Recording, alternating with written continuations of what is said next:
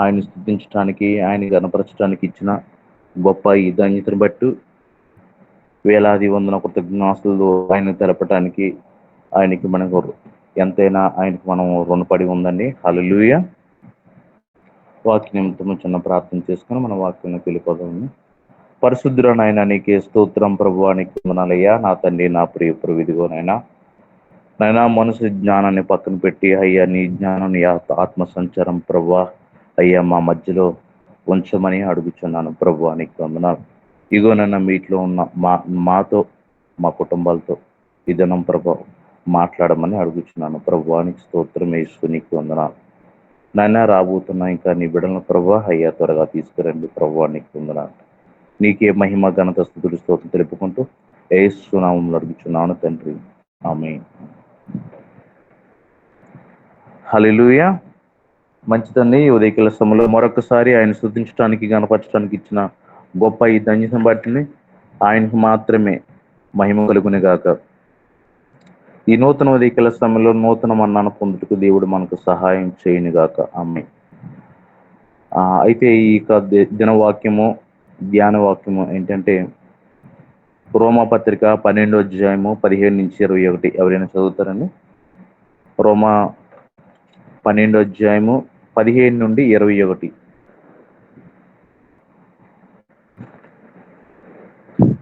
రోమా 12వ అధ్యాయము 15 నుంచి 21 నేనే చదువుతాను. ఓకే ఓకే, అలాగే అలాగే. నచ్చాను. ఇంకా ఎవరైనా చదవటానికి ట్రై చేయండి. ఇప్పుడు నేను చదువుతాను.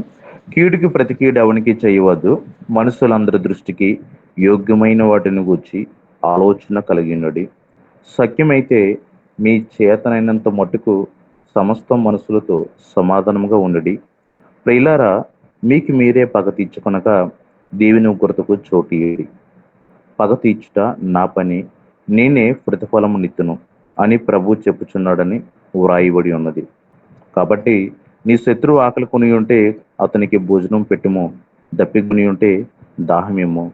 అలాగూ చేయటం వలన అతని తల మీద నిప్పులు కుప్పగా పోయి కీడు వలన జయింపబడక మేలు చేత కీడును జయించుము. హల్లెలూయా. ఈ దిన వాక్యము, కీడు వలన జయింపబడక మేలు చేత కీడును జయించుము.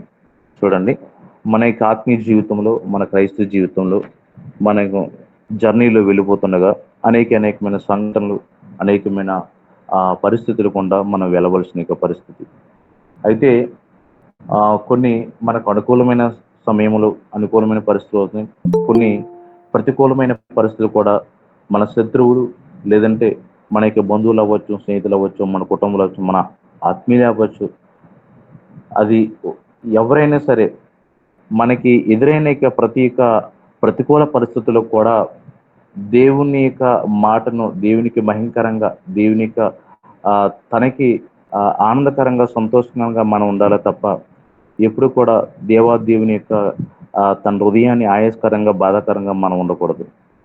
ఏ విధంగా అంటే చాలాసార్లు మనం వాక్యంలో ఉంటూ, వాక్యంలో బ్రతుకుతూ, వాక్యంలో జీర్ణించుకుంటూ కొన్నిసార్లు ఇది చాలా డెడ్ ఈజీగా, టేక్ ఇట్ ఈజీగా మనం తీసుకుంటాం. ఏంటంటే కీడుకు ప్రతి కీడు అనేది. అయితే మనుషులందరూ మన యొక్క పరిస్థితి ఏదైనప్పటికీ కూడా నువ్వు మనం తప్పు చేసి లేదంటే ఆ కీడుని మనం అనుభవిస్తున్నామా, లేదంటే మనము నీతిగా ఉండి, నిజాయితీగా ఉండి, గొప్ప ఆత్మీయ జీవితంలో ఉండి, వాక్యంలో బ్రతికి ఇదిగో నేను ఏం చేయలేదు, అన్యాయంగా ఈ యొక్క పరిస్థితిని ఎదుర్కొన్నాను, అన్యాయంగా ఈ నిందను ఎదుర్కొన్నాను, అన్యాయంగా ఇగో ఈ మాటలను నేను పడుతున్నాను అని మన అనేక పరిస్థితులు మనకి తప్పకుండా వస్తాయి, రావాలి. అది ఉంటే గానీ క్రైస్తవ జీవితానికి మంచి రుచికరమైన ఒక ఉత్తమమైన అనుభవం దొరకదండి. ఎందుకంటే దానికి మాదిరి మన ప్రభువైన యేసుక్రీస్తే. అంతకు మించిన మాదిరి ఇంకెవరైనా మనం చూడగలంటే ఈ లోకంలో ఎవరిని చూడలేం. ఆయన అనుభవించిన ప్రతి ఒక్క సిచ్యువేషన్ ఒక సిలువయాగం తప్ప, అవసరమైతే హతసాక్షులు కూడా చాలా మంది ఉన్నారు. అయితే ఈ రోజుల్లో కృపాకాలం మనకి దొరికిన ఒక భాగ్యం, ధన్యత ఏంటంటే ఆయన ఎదుర్కొన్న ప్రతి ఒక్క పరిస్థితిలో మనం వెళ్తే గానీ మనము సహానుభవం మనం కలిగి ఉండలేం. ఆయన మార్గంలో మనం నడవలేం. ఆయన దూషణకు ప్రతిదూషణ ఎక్కడ, కీడుకు ప్రతి కీడు ఎక్కడ చేయలేదండి. ఆయన ఆయన వెళ్తున్న ఆయన గొప్ప మాదిరి, గొప్ప లెజెండ్ మనకు ఎవరైనా ఉన్నారంటే ఆయనే. అయితే చూడండి, కీడుకు ప్రతి కీడు మనం ఎవ్వరికీ మనం చేయకూడదండి. ఆ పరిస్థితుల్లో మనము వాక్య ప్రకారంగా ఉండి, నిజంగా ఎటువంటి అన్యాయము చేయకుండా ఉండి, ఇదిగో మనం కీడును అనుభవిస్తున్నామా, ఆ ఆ పరిస్థితిలో ఉంటే కూడా, ఆ స్థితిలో ఉంటే కూడా, ఆ స్థితిలో ఏం కలుగుతుంది? హృదయం కలవరపాటు కలుగుతుంది, మనసు సరిగా ఉండదు. అయ్యో, ఇదేంటి ఇంత నమ్మకంగా, ఇంత యోగ్యకరమైన జీవితంలో ఉంటూ ఈ పరిస్థితి ఏంటి అని మనం బాధపడుతూ, ఆ స్థితిగతుల్లో మనం బ్రతుకుతూ జీవిస్తూ ఉన్నప్పుడు ఒకటే మనం ఆలోచించాలి. మనుషులందరి దృష్టికి యోగ్యమైన వాటిని గురించి ఆలోచన కలిగి ఉండాలండి. మనుషులందరి గురించి అంటే విశ్వాసులు అవిశ్వాసులు కాదండి, అన్యులు క్రైస్తవులు కాదండి, అందరి అందరి దృష్టికి. కొంతమంది మనం మన వాళ్ళకి, మన బంధువులకి, మనకు తెలిసిన స్నేహితులకి మనం మేలు చేస్తూ ఉంటాం. మన యొక్క చర్చిలో ఉన్న యొక్క మెంబర్స్కి మేలు చేస్తుంటాం, కానీ చాలా మంది బయట వాళ్ళని మనం నెగ్లెక్ట్ చేస్తుంటాం, విడిచిపెడతాం. కానీ దేవుని యొక్క మాట ఆ విధంగా చెప్పట్లేదు. కానీ మనుషులందరి దృష్టికి యోగ్యమైన వాటి గురించి మనం ఆలోచించాలండి. సఖ్యమైతే సఖ్యమైతే వీలైతే వీలైన మాత్రం ఆ మట్టుగా మన చేతనైతే మట్టుగా సమస్త మనుషులతో సమాధానంగా ఉండాలండి. అవతల వాడి విరోధా, లేదంటే ఇంకా పగదా, పగవాడా, అదంతా మనకు అనవసరం. మంచివాడా, మిత్రువా, స్నేహితుడా, బంధువుడా, అంతా మనకు అనవసరం. కానీ సమాధానంగా ఉండేది ప్రతి ఒక్కరితో కూడా మనం సమాధానంగా వెళ్ళిపోవాలండి. ఆ, చూడండి, మా ఊర్లో నిన్న ఊరు వెళ్ళాం, మొన్న వెళ్ళండి, నిన్న వచ్చాను. మా మామయ్య మా అత్త ఆ ఊర్లో ఉంటారు, చాలా బంధువులు ఉంటారు, మా అక్క వాళ్ళందరూ ఉంటారు. కానీ మా మామయ్య వాళ్ళ ఇంటికి వాళ్ళు చిన్నప్పటి నుంచి నాకు శత్రువులుగా ఉంటారన్నమాట. చాలా మంది ఇంటి పక్క వారు, ఈదుల వారు వారి ఇంటికి వెళ్ళొద్దంటారు. అయ్యో, నువ్వు ఎలా వెళ్తావురా వాళ్ళ ఇంటికి? నిన్ను పలకరించరు, నిన్ను చూడరు, అయినప్పుడు కూడా నువ్వే కోరుండి పలకరిస్తే ఇది ఎన్నో సంవత్సరాల నుంచి జరుగుతుంది, నీకు సిగ్గులేదా అనేసి అంటుంటారండి. అప్పుడు నేను అంటుంటాను, ప్రతిసారి ఇదే మాట మాట్లాడుతుంటాను. ఒక దేవుని బిడ్డగా ఇది వాళ్ళకి ఇదే తేడా అమ్మా అనేసి చెప్పుకుంటూ పోతాను. లేదమ్మా, వాళ్ళకి అన్యులు కదండి, హైందవులు, వాళ్ళకి చెప్పే విధంగా చెప్పాలి. ఆ, బైబిల్ మాటలు వాళ్ళకి అర్థం కావు. ఏం చెప్పాలంటే, అమ్మా ఇదిగో నువ్వు నేను ఎప్పుడు వెళ్ళిపోతామో తెలియదు, దేవుడు ఎప్పుడు పిలుస్తాడో తెలియదు, కాబట్టి ఉన్నంత మట్టుగా సమాధానంగా ఉండాలి ప్రతి ఒక్కరితో. ఇదిగో అనేసి వారి జీవితాలకు అర్థమయ్యేటట్లుగా చిన్న సువార్త అందించి రావడం ఎన్నో సందర్భాలు. నిన్నటి దినానికి కూడా అదే జరిగింది. వాళ్ళ ఇంటికి వెళ్ళామంటే వెళ్ళాను అంటారు.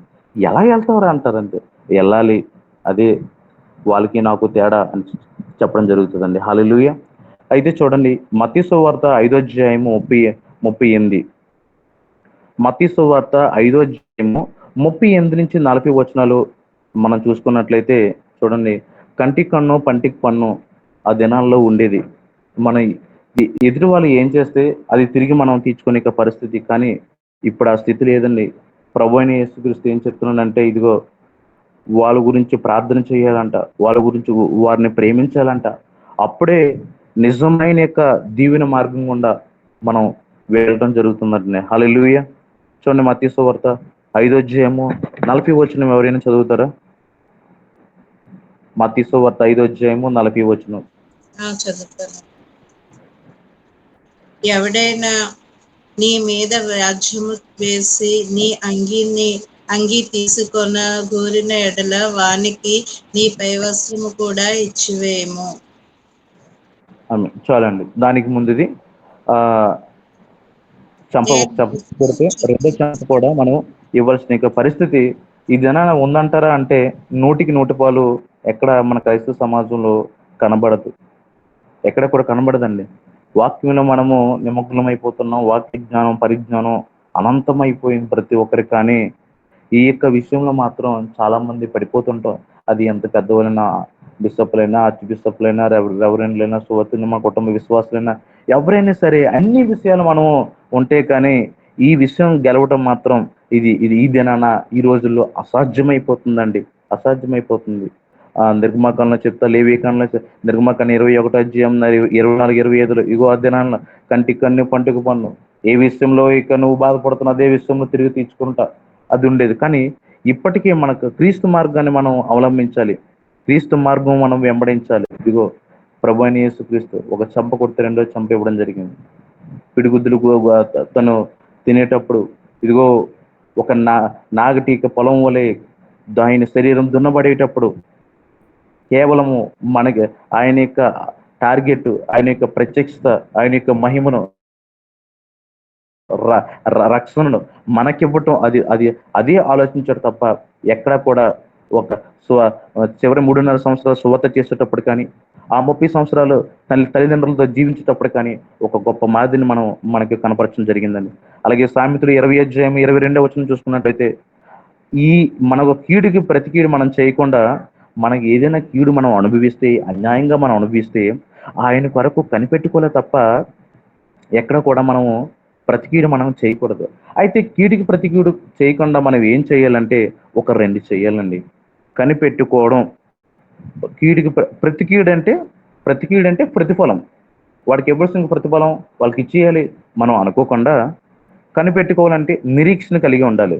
అయితే ఈ ప్రతిఫలము, నిరీక్షణ ఒక వివరించుకొని ఇదైనా మనం వాక్యం ముందుకు వెళ్ళిపోదాం.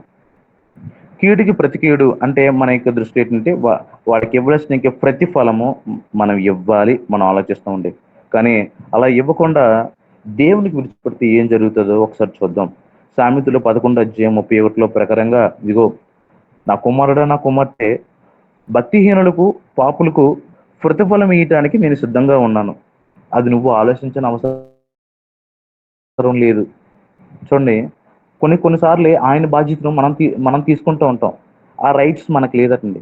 ఇందాక మనం చదువుకున్న రోమపత్రిక 12 అధ్యాయం 15 నుంచి 31 ఇగో పగ తీర్చుట నా పని. ఇది మనం చాలాసార్లు దాన్ని మనం హ్యాండ్ ఓవర్ చేసుకుంటాం.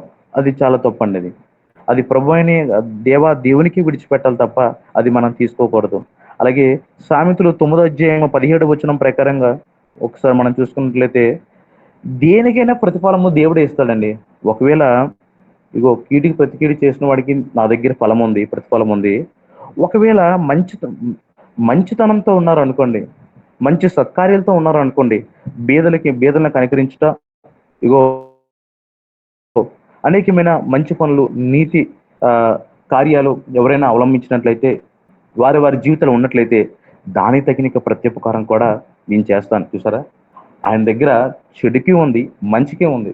చాలా మంది మనం ఏంటి అనుకుంటామంటే, లేదు కీడుకి లేట్ అవుతుంది కదా, మంచికి అయితే ఉంటుంది కానీ కీడుకి వాడికి రావాల్సిన ప్రతిఫలం లేట్ అవుతుంది మనం అనుకుంటాం. కాదండి, దానికి కూడా ఒక సమయం ఉందట.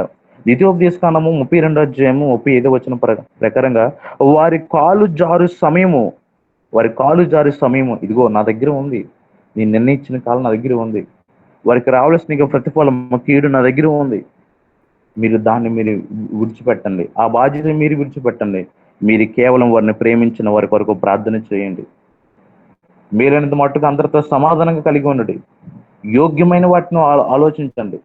అందరి దృష్టికి యోగ్యమైన వాటిని, ఏదో మనకు నచ్చిన వారి దృష్టికే కాదు కానీ ప్రతి ఒక్కరి దృష్టి కూడా యోగ్యమైన వాటిని గురించి మనం ఆలోచించాలి. హల్లెలూయా. అయితే ఈ యొక్క 3 రెఫరెన్స్ చెప్పుకొని 3 పాయింట్లు మనం చెప్పుకోవడం జరిగిందండి. ఇది ప్రతిఫలం గురించి. అయితే ఇంకొక మాట మనం పలికాం సామెతలు 20 అధ్యాయం 22 ప్రకారంగా, కనిపెట్టుకోవాలి. మన కీడుకి ప్రతికీడు ఇవ్వకుండా కనిపెట్టుకోవాలట. ప్రతికీడి దానికి ప్రతిఫలము అన్న దానికి 3 విషయాలు ఇప్పుడు చెప్పడం జరిగింది. అయితే కనిపెట్టుకోవడం ఏంటంటే అదొక 3 విషయాలు మనం చెప్పుకుందాం. ప్రతి ఒక్కరు కూడా జ్ఞానపూర్వకంగా, ఆత్మపూర్వకంగా విందాం ప్రతి ఒక్కరు కూడా. అయితే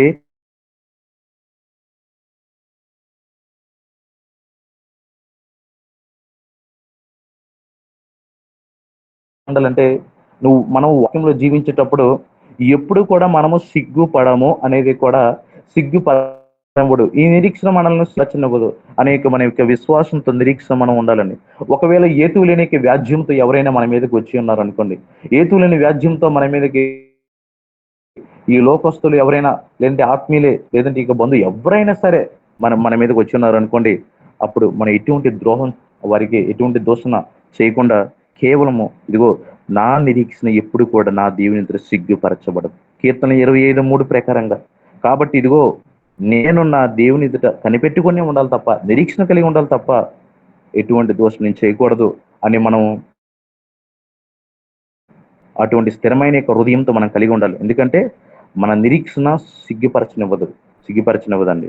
మనం ఎందుకంటే హేతువు లేని యొక్క ఏదైనా ద్రోహ కార్యం నీ మీద జరిగిందంటే, ఇదిగో నీ తరపున యుద్ధం చేసేది యెహోవా అనే సంగతి మనము మర్చిపోకూడదు. అలాగే చూడండి, ఇంకోటి ఏంటంటే కని కనిపెట్టుకోవాలి, హృదయమును నిబ్బరంగా ఉంచుకోవాలండి. అప్పుడు ఎన్నో సంవత్సరాల నుంచి ఒక గొప్ప సాక్ష్యాన్ని కాపాడుకుంటూ వస్తుంటావు.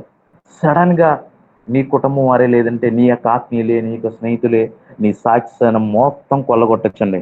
ఆ పరిస్థితి వస్తే కానీ ఇందాక చెప్పాను కదా, టేస్ట్ ఉండదు. ఉత్తమ మార్గం మనం ఎరగలేం. ఎందుకంటే ఈ పరిస్థితి మనకి కలిగితే కానీ ప్రభు యొక్క విలువేంటో మనకి తెలియదండి. ప్రభు పని యొక్క అపనిందలేంటో, ప్రభు పని యొక్క నిందలేంటో, ప్రభు పని యొక్క ఇదిగో అన్యాయక తీర్పులేంటో మనకి అర్థం కాదు. ఆ అనుభవంలోకి వెళ్తే గానీ మనకి ఆ టేస్ట్ మనకి తెలియదు. ఆ టేస్ట్ అప్పుడు తెలిసేట అబ్బా, దేవుడు ఎంత గొప్పవాడండి. అప్పుడు ఆ ప్రేమ యొక్క విలువ మనకి ఇంకా తెలుస్తుంది. లోతుగా మనం వెళ్ళసిన అనుభవంలోకి మనం ఇంకా వెళ్తాం. హల్లెలూయా. అయితే చూడండి, హృదయాన్ని నిబ్బరంగా ఉంచుకోవాలటండి. ఎటువంటి కలవరపాటు ఉండకూడదు. కలవరపాటు వచ్చేస్తుంది, రాదు. నిద్ర లేని రాత్రులు ఉంటుంటాయి. నో, ఒక్కటే, ఇదిగో ఆయన కొరకు కనిపెట్టుకోవాలి. ఎటువంటి కలవరపాటు లేకుండా ఇదిగో మనం హృదయమును నిబ్బరంగా ఉంచుకోవాలటండి. ఎక్కడ ఈ వాక్యం చెప్తుందంటే, కీర్తన 27:14 వచనం ప్రకారంగా నిబ్బరంగా ఉంచుకోవాలి. ఎటువంటి కలవరపట్టు ఉండకూడదు. ఎటువంటి ఇదిగో గాబరా పెట్టే పరిస్థితి మనకి వెళ్ళేటప్పుడు మనం ఆయన కొరకు ఎదురు చూసుకొని, ఆయన పాదాల దగ్గర సమయం గడుపుతూ, ఆయనకి ప్రతిఫలం గురించి ఎదురు చూస్తూ, యెహోవా కార్యం కొరకు మనం ఎదురు చూడాలట. హల్లెలూయా. ఆ టైంలోనే మనము చాలా సొంత నిర్ణయాలు మనకు వచ్చేస్తుంటాయి. ఆ టైంలో చాలా మంది ఎంటర్ అయిపోతుంటారు మన జీవితంలోకి. చాలా మంది బంధువులు ఎంటర్ అయిపోతుంటారు, స్నేహితులు ఎంటర్ అయిపోతారు, ఆత్మీయులు ఎంటర్ అయిపోతారు. ఇదిగో ఈ సజెషన్ తీసుకో. నో నో నో నో ఒక్కటే, యెహోవా కార్యం కొరకు మనం ఎదురు చూడాలి. అంతే, దట్స్ ఆల్. తప్పకుండా ఒక మంచి ఒక అద్భుతం మనం చూడడం జరుగుతుందండి. హల్లెలూయా.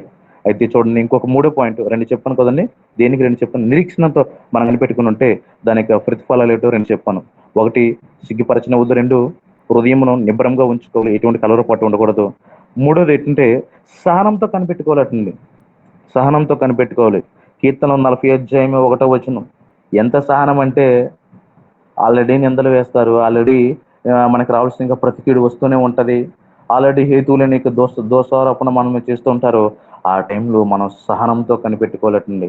సహనంతో కనిపెట్టుకునే రిజల్ట్ ఏంటంటే, ఆ ఎంతో ప్రభు యొక్క బలం మనం పుంజుకుంటుంటాం. నూతన బలం వస్తూనే ఉంటది. ఎప్పుడు మనం సహనంతో ఆయన కార్యం కొరకు మనం కనిపెట్టుకోవాలి. చాలా మంది చూడండి, ఈ జనాన సువార్త ఎందుకు సరిపోయిందంటే, ఆ నాకు తెలిసిన ఒక టీము వాళ్ళు అన్యులు ఒక గ్రామంలోని ఒక పంతులు గారు ఆ బస్సును అడ్డగించి అల్లరి చేస్తుంటే, వీరు కూడా ఆయన మీద చేసుకున్నారు. అది తప్పు కదండి అది. అప్పుడు మాట్లాడుతున్నారు, ప్రజాస్వామ్యం లేదంటే రాజ్యాంగంలో మాకు కూడా హక్కు ఉందండి అనేసి ఎన్ని రూల్స్ మాట్లాడినా ఆ చేసుకోవడం అనేది తిరిగి ఈయనతో వస్తే ఆయన్ని వీళ్ళు కూడా తోయడం జరిగింది. అది చాలా ఇష్యూ అయిపోయింది. చూడండి, ఇదేనా సహనం కోల్పోతున్నారు. మనకి మనకి ప్రేమయు శక్తి ఇంద్రియ నిగ్రహం గల ఆత్మను మనకి పిరిగితనం ఆత్మ ఏ పరిస్థితుల్లో అయినా సరే. చాలా మంది ఆ ఇటు విశ్వాసులే కాదు, ఇటు సేవకులే కాదు, ప్రతి ఒక్కరు మాట్లాడుతూ మాతో సహనం లేకుండా ఊగిపోయి మాట్లాడుతుంటారు. ఎందుకంటే ఎమోషనల్ గా వాళ్ళు కంట్రోల్లో ఉండలేని పరిస్థితి. ఇగో మనకు దేవునికి వాక్యం సెలవేస్తుంది, నా కుమారుడు నా కుమార్తె నీకు ప్రేమ ఇచ్చాను, శక్తి ఇచ్చాను, ఇంద్రియ నిగ్రహం గల ఆత్మ ఇచ్చాను, ఇదిగో పిరిగితనం గల నీ అంతట నువ్వు కంట్రోల్ తప్పిపోయి ఆత్మ నీకు ఇవ్వలేదు అని ప్రభు యొక్క వాక్యం సెలవిస్తే, మనమే చాలా సార్లు మన కంట్రోల్ మనం తప్పిపోయి ఈ లోకానుసారంగా అన్యుల వలె మనం ఒకసారి మన ప్రవర్తన ఉంటది కాదండి.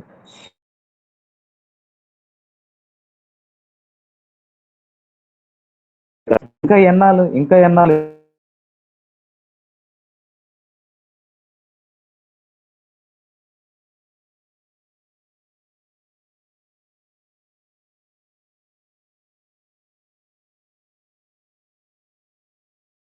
బలం కొరకు మనము ఆశపడాలి. హల్లెలూయా. అయితే ఇదంతా ఎవరిలో నెరవేరింది అనే ఒక విషయాన్ని చూసుకొని మనం ఇది తెలిసిన వాక్యం అయినప్పటికీ కూడా మరొకసారి మనం ధ్యానించుకుందాం. రెండో సమయంలో 16 అధ్యాయము 5 నుంచి 12 వచనాలు. రెండో సమయంలో ఎవరిని చదువుతానండి? రెండో సమయంలో 16 అధ్యాయము రెండో సమయంలో 16 అధ్యాయము 5వ వచనం.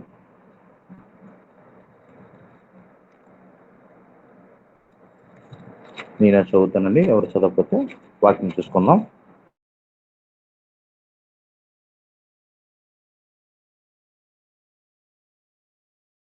రాజైన దావీదు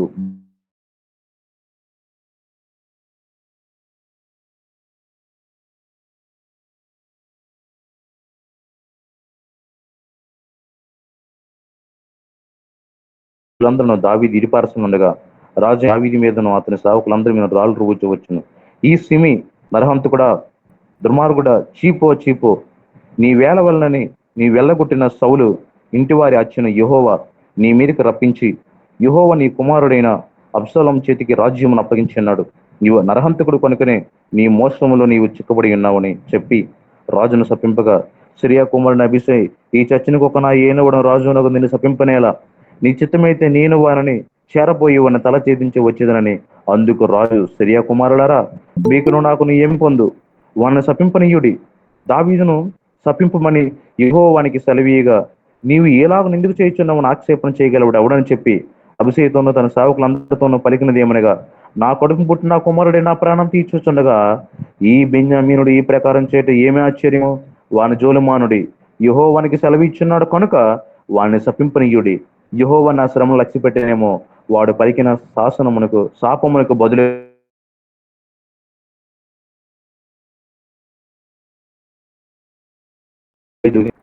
ఒకవేళ ఈ శ్రమను నా దేవుడే లక్ష్య పెడితే నాకు మేలు చేయనేమో, ఇది మేలు కొరకనేమో, వారికి అడ్డుపడకండి. సిరియా కుమారులరా, మీకు నాకేం పొందు. అక్కడ సిరియా కుమారుడు, దావీదా నా రాజా, ఏంటి ఇంత దుస్థితి, మీరు అనుమతిస్తే వారు నిన్ను ఛేదిస్తానంటే, లేదు మీకు నాకు ఏం పొందు. చూడండి, దావీదు యొక్క మాట మనము ఎంతటి శక్తిని మనం చూడగలమండి. దైవ గుణాలు మనము చాలా చూడొచ్చు. అందుకనే దావీదు నా హృదయానుసారుడు బిరుదును పొందుకున్నాడేమో. అయితే ఆ పరిస్థితి వచ్చినప్పటికీ కూడా చీపో అని రాళ్ళు రువ్వుతూ దుమ్ము రేపుతూ ఈ పరిస్థితులు కూడా దావీదు ఒకటే. కొన్నిసార్లు మన మీద కూడా దేవుడు పర్మిషన్ ఇస్తుంటాడండి. మనం దీవించబడటానికి, మన బలపరచడానికి కొన్ని ద్వారాలు క్లియర్ అవటానికి పర్మిషన్ ఇస్తుంటాడు. అది మనం ఆ సీక్రెట్ మనం తెలుసుకోలేము. ఆ సీక్రెట్ మనం తెలుసుకోవాలి. కొన్నిసార్లు దేవుని అనుమతి ఉంటారు. ఎందుకంటే మనకు తెలియవలసిన మార్గాలు మనం తెలుసుకోవటానికి, నూతన మార్గాలు, నూతన ఆశీర్వాదాలు మన జీవితంలో ఓపెన్ అవటానికి, మనం ఇంకా శక్తిని పుంజుకోవటానికి, ఆయన మార్గంలో నడవటానికి కొన్ని పరిస్థితులు దేవుడే అనుమతి మనం కలిగిస్తుంటాడు. కానీ ఈ ఎందుకు ఈ పరిస్థితి వచ్చింది అని మనం ఆలోచించకూడదు. ఈ పరిస్థితి ద్వారా నేను ఏం నేర్చుకోవాలని తప్ప ఎందుకు ఈ పరిస్థితి వచ్చిందో మనం ఎప్పుడు కూడా దేవుని మనం ప్రశ్నించకూడదండి. ఏ రీతిలో కూడా దేవుని మనం ప్రశ్నించకూడదు. దేవా ఎందుకు ఈ పరిస్థితి అని కాకుండా, ఈ విషయం ద్వారా నాకు ఏం నేర్పిస్తున్నావు, ఈ విషయం ద్వారా నాకు ఏం తెరవబోతున్నావు, ఈ విషయం ద్వారా ఎటువంటి ఆశీర్వాదం ఇవ్వబోతున్నావు దేవా అని ఆయన దగ్గర కనిపెట్టుకుంటే గొప్ప మన విజయం మనం పొందుకుంటామండి. అయితే ఈ సిమిని రాజైన దావీదు తిరిగి ప్రతికీడి చేయలేదండి, శపింపలేదు. అవకాశం ఉందంటే ఉంది. అప్పటికి అభిషేక్ అడుగుతున్నాడు. ఒకసారి సౌలు దగ్గర అడిగాడు, ఇగో సౌల్ని హత్య చేయడానికి నీ అనుమతి కావాలి. వద్దు, నో, అక్కడ నీకు నాకు ఏం పొందు అంటాడు. సేమ్ అదే మాట ఇక్కడ కూడా. సిమిని కూడా తను ఛేదించడానికి అనుమతి కోరుతుంటే, నో, నీకు నాకు ఏం పొందు, ఇది దేవుడే జరిగించినట్లయితే నాకు మేలే కదా, ఈ శ్రమ ఎందు నా దేవుడు లక్ష్య పెట్టినట్లయితే ఇది కూడా నాకు మేలే కదా, కాబట్టి దీనికి మీరు ఎటువంటి చెయ్యొద్దు, తప్పుడు పని చెయ్యొద్దు అనేసి తిరిగి సిరియా కుమారుల్ని గద్దిస్తుంటాడు. అలాగే చూడండి, అది యొక్క 2 సమూయేలు 16 అధ్యాయం 19 చూసినట్లయితే సిమి అప్పగింపు ఏ విధంగా ఉంటదంటే ఆ వచనాల్లో మనం చదువుకోవచ్చు. ఇదంతా మేలు కొరకే జరిగిందని అప్పుడు ఆ వచనాల్లో మనకి తెలుస్తుంటది. 2 సమూయేలు 19 22 23 వచనాలు చదవట్లేదు, సమయం తక్కువ ఉన్నది కాబట్టి. అయితే తిరిగి రెండోసారి తన యొక్క అబ్షాలోము నుంచి రాజ్యము దావీదు చేతికి వచ్చిన తర్వాత, రాజు అయిన తర్వాత ఇంకా అధికారం పూర్తి అధికారం ఉంటది కదండి. ఉండేటప్పుడు సిమియోను వచ్చి క్షమాపణ అడుగుతాడు. అయ్యా, నీ మీద అనేకమైన నేను తప్పులు చేశాను, ఎంత శపించాను, రాజా నన్ను క్షమించు ప్లీజ్ అనేసి బతిమలాడుతూ ఉండగా, ఇదిగో నిన్ను శపింపను. 23వ వచనం చదివినట్లయితే, నిన్ను శపింపను.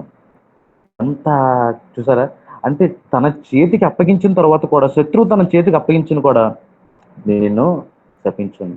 అబ్బా, ఇంత మాట అసలు ఎలా పలికాడు? మనం ఒక ఆలోచించినట్లయితే నిజంగా చాలా ఆ శత్రువును ప్రేమించిన విషయం చాలా శక్తివంతమైనదండి. ఎందుకంటే దేవుని యొక్క దైవ గుణాలు, ఆయన మార్గంలో మనం నడిస్తే కానీ ఆ శక్తి మనకి రాదేమో అనిపిస్తుంది. నిజమే, రాదండి. శత్రువును ప్రేమించడం అనేది, శత్రు అవకాశం వచ్చేటప్పుడు ఆ శత్రువు మీద యొక్క ప్రత్యుపకారము ప్రతికీడు మనం చేయకుండా తనని విడిచిపెట్టాలనేది ఆయన మాదిరిని మనం కనపరిస్తే గానీ అది మనకి అసాధ్యం, అది మనకి రాదండి, రాదు. చాలాసార్లు చూడండి, ఎంత ఆత్మీయతలో ఉన్నా అవకాశం వచ్చేటప్పుడు ఒక చిన్న మాట అయినా పలికేస్తాం, కానీ విడిచిపెట్టడం అనేది అసాధ్యం అండి. ఇదే మన క్రైస్తవ జీవితంలో ఇప్పుడు మనం ఈ దినాన గెలవలసిన పాయింట్ అండి. గెలవలసిన వాక్యం ఏమైందో అంటే ఇదే.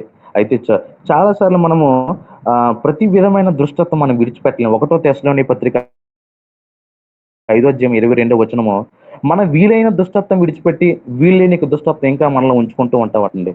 కాదు కాదు, ప్రతి విధమైన దుష్టత్వాన్ని విసర్జించాలట. 1 తెస్సలోనికీ పత్రిక 5:22 వచనాలు. మనకిష్టమైన మనకిష్టం లేని దుష్ట కార్యాలను, దుష్టత్వం విడిచిపెడతాం. ఒక యవనస్తుడు నేను ఉన్నానంటే శరీర కార్యాలను, నాకు ఈ లోకంలో కార్యాలు, యవనస్తులు చేసిన స్మోకింగ్ కానీ, డ్రింకింగ్ కానీ, ఇటువంటివన్నీ కూడా నాకు ఇష్టం లేని కాబట్టి నేను విడిచిపెట్టిస్తున్నాను. కానీ ఇష్టమైన కొన్ని దుష్టత్వం ఉంటాయటండి, అటువంటి కూడా విడిచిపెట్టాలటండి. మనలో చాలా మంది కదండి, వీలైన దుష్టత్వం విడిచిపెడుతుంటాం, వీలు లేనివి వంట పట్ట ఇంకా మనలో మన శరీరంలోనే ఆ తపితమైపోయినవి, స్థిరత్వం కలిగి ఇంకా పాతి పెట్టవలసినవి, ఉండవలసినవి చాలా ఉండిపోతుంటాయి. అటువంటి ప్రతి విధమైన దుష్టత్వం మనం విడిచిపెట్టాలండి. వీలైనది కాదు, ఇష్టమైనది కాదు, కానీ మనలో ఉండిపోయిన ప్రతి విధమైన దుష్టత్వాన్ని మనం విసర్జించాలి, విడిచిపెడుతూనే ఉండాలి. విడిచిపెడితే కానీ ఇటువంటి మనస్సు మనకు రాదండి, అది అసాధ్యం, అసాధ్యం. ఎందుకంటే చూడండి, మనకి ఇంకొక వాక్యం మనం చూసుకుంటూ మనం ముందుకెళ్దాం. అయితే ఈ సిమి పరిస్థితి మరలా రాజ్యం తిరిగి వచ్చేటప్పుడు కూడా ఒకటే నిర్ణయించుకున్నాడు, ఇటువంటి రక్తపాతం మరలా జరగకూడదు. ఒకటే నిర్ణయించుకున్నాడు దావీదు, రక్తపాతం మరలా జరగకూడదు, జాగ్రత్తగా ఉండాలి. పోయిన రాజ్యం మరలా తిరిగి చేతికి వచ్చినప్పుడు ఎంత కృతజ్ఞత పూర్వకంగా ఉన్నాడంటే, ఎటువంటి కీడుకు ప్రతికీడు తను చేయలేదు, రక్తపాతంకి ఇష్టపడలేదండి, ఇష్టపడలేదు. మళ్ళీ ఆ సిమి ఎప్పుడండి? సొలొమోను కాలంలో సిమి మరణశిక్షణ సొలొమోను ఆజ్ఞకు లోబడక, సొలొమోను ఆజ్ఞను ధిక్కరించి 1 రాజులు 2వ అధ్యాయము 42-46 చూసినట్లయితే అక్కడ సిమి మరణశిక్షణ పొందాడు తప్ప దావీదు చేతిలో సిమి మరణశిక్షణ పొందలేదండి. ఎంత గొప్ప ఇక్కడ సన్నివేశాన్ని మనం చూడగలుగుతాం అంటే, నిజమైన మనం కూడా శత్రువును ప్రేమించాలండి. శత్రువును మనం ఎంతగా ప్రేమించాలంటే, ఇగో ఇంకా అదే మనం మొదట చదువుకునుకుంది రోమపత్రిక 15 చివరి వరకు, ఆ చివరిలో ఉంటుందన్నమాట. శత్రువుకు మనం వీలైతే భోజనం పెట్టాలండి, భోజనం పెట్టాలి తప్ప సావాసం చేయకూడదండి. మనం చాలా మంది శత్రువుని ప్రేమించాలి, కీడుకు ప్రతి కీడు చేయకూడదంటే చాలా మంది సహవాసం వరకు వెళ్ళిపోతుంటారు. సహవాసం చేయకూడదు, ప్రేమించాలి. ప్రేమించడానికి సహవాసం చేయడానికి చాలా తేడా.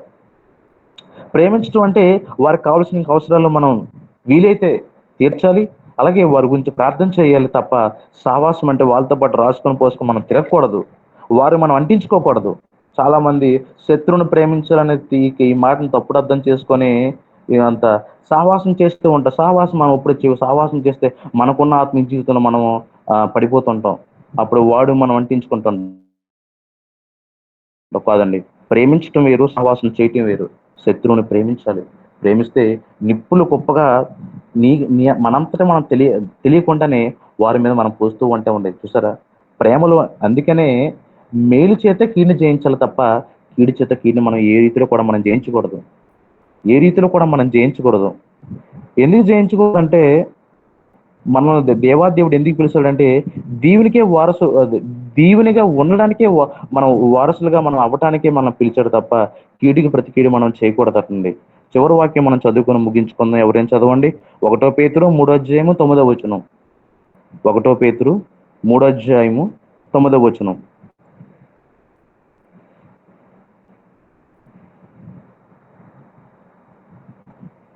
1 పేతురు 3 అధ్యాయము 9 వచనం. చదువుతాను. ఆశీర్వాదమునకు వారసులౌటకు మీరు పిలువబడితిరి గనుక కీడుకు ప్రతి కీడైనను దూషణకు ప్రతి దూషణ అయినను చేయక దీవించుడి. ఆమేన్. ఆమేన్. హల్లెలూయా.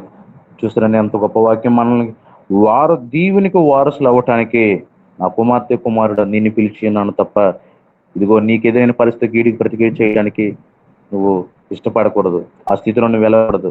దీవించాలి, దీవించాలి, దీవించాలి, దీవించాలి. ఎవరైనా మన శత్రువు ఉన్నప్పుడు ఆత్మీయులు అవ్వచ్చు, బంధువులు అవ్వచ్చు, స్నేహితులు అవ్వచ్చు, ఈ లోకంలో అన్యాయంగా ఎటువంటి పరిస్థితి మనకి ఎదుర్కొన్నప్పటికీ కూడా వారిని దీవించి ఏ స్థితిలో వారు పడిపోయి ఉన్నారో దేవా వారిని దీవించయ్యా. ఇదిగో వారికి కావాల్సిన ఆర్థిక సహాయం దయచింది, వారికి కావాల్సిన అనారోగ్య పరిస్థితులు అయ్యా వారిని విడిపించి ఆరోగ్యం ఇవ్వండి అయ్యా.